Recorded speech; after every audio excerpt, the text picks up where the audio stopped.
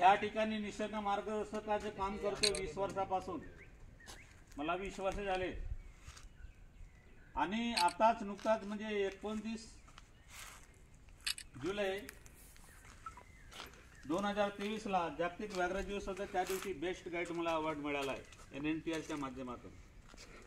1072 प्रकारचे ह्या ठिकाणी झाडं आहेत NNTR मध्ये, 31 सापांच्या जाती आहेत, 72 प्रकारचे मॅमल्स आणि 312 प्रजातीचे पक्षी। नवेगाव नागझिरा टायगर रिझर्व 656.36 चौरस स्क्वेअर किलोमीटरच्या एरियामध्ये पसरलेला आहे आणि त्याला प्रोटेक्शन करणारा जे एरिया असतो बहारचा झोन तो 1241.14 चौरस स्क्वेअर किलोमीटरच्या एरियामध्ये पसरलेला आहे। त्याला म्हणतात बफर झोन। बफर झोन मध्ये जाऊन एखाद्या टायगरने जर एखाद्या माणसावरती हल्ला केला, त्याची जीवितहानी जर झाली तर गव्हर्नमेंट कडून 25 लाख रुपये त्याच्या परिवाराला मिळतात। आमचं जे NNTR आहे 2 डिस्ट्रिक्ट मध्ये पसरलेलं आहे, भंडारा आणि गोंदियामध्ये। याच्यामध्ये 4 वाईल्ड लाईफ सेंच्युरी आणि 1 नवेगाव नॅशनल पार्कचा समावेश आहे। तर Navegaon new wildlife sanctuary, Nagzira old wildlife sanctuary, Nagzira new wildlife sanctuary आणि Koka wildlife century.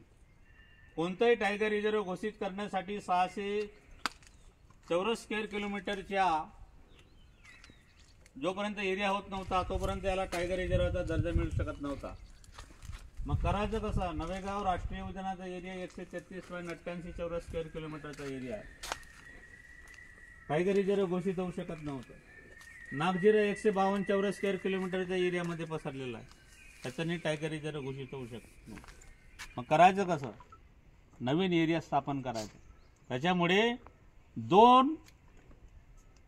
3 wild life सेंच्युऱ्या open करण्यात आल्या, Navegaon new wildlife sanctuary, Nagzira new wildlife sanctuary आणि कोका वाईल्ड लाईफ सेंच्युरी।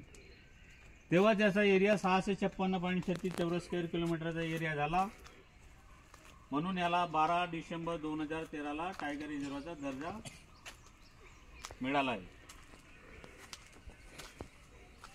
तर यामध्ये भरपूर अशी काही संपत्ती आहे, वाघापासून तर सगळं प्राणी पक्ष्यांपर्यंत। नवेगाव या परिसरामध्ये पहाडी एरिया भरपूर आहे, सी लेवल पासून 300-350 मीटरवर आहोत आपण हाईटवर। पाण्याचा साठा भरपूर आहे या ठिकाणी।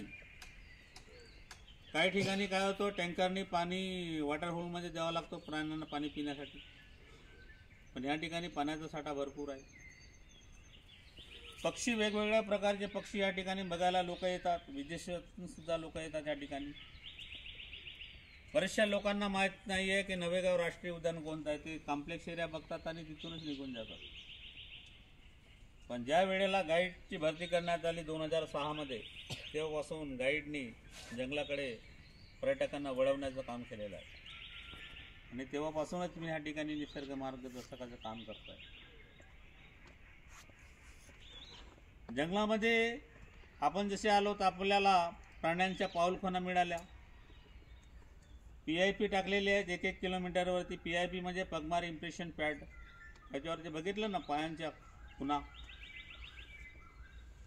स्टार्टिंगला जेव्हा आपल्याला पगमार्क मिळालं, पगमार्क पॅड, त्या ठिकाणी आपण लेपर्डच्या पगमार्क बघितलं, दुसऱ्या ठिकाणी स्लॉथ बिअरचं पगमार्क बघितलंय।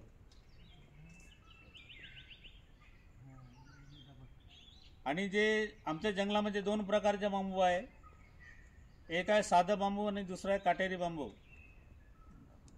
डॅन्ड्रोकॉलम कॉलिनस, डॅन्ड्रोकॉलम स्ट्रिक्टस असं सायंटिफिक नाव आहे त्यांचे। तर 2 प्रकारचे बांबू आहेत। बांबूला सहजासहजी 40 ते 45 वर्षानंतर फूल येतो, फूल आल्यानंतर बांबूचं बेट संपून जातं, म्हणजे त्याचं लाईफ संपून जातं। मोर बघितले, मोरांचा आवाज येत आहे। याच्यामध्ये 2 प्रकारचे मोर असतात, 2 प्रकारचे भाऊ आहेत ते, एकाला शेपूट असतो एकाला शेपूट नसतो, बघितले का? तर ज्याला शेपूट नसतो त्याला मकना मोर म्हणतात आणि ज्याला शेपूट असतो त्याला म्हणतात झांजा मोर।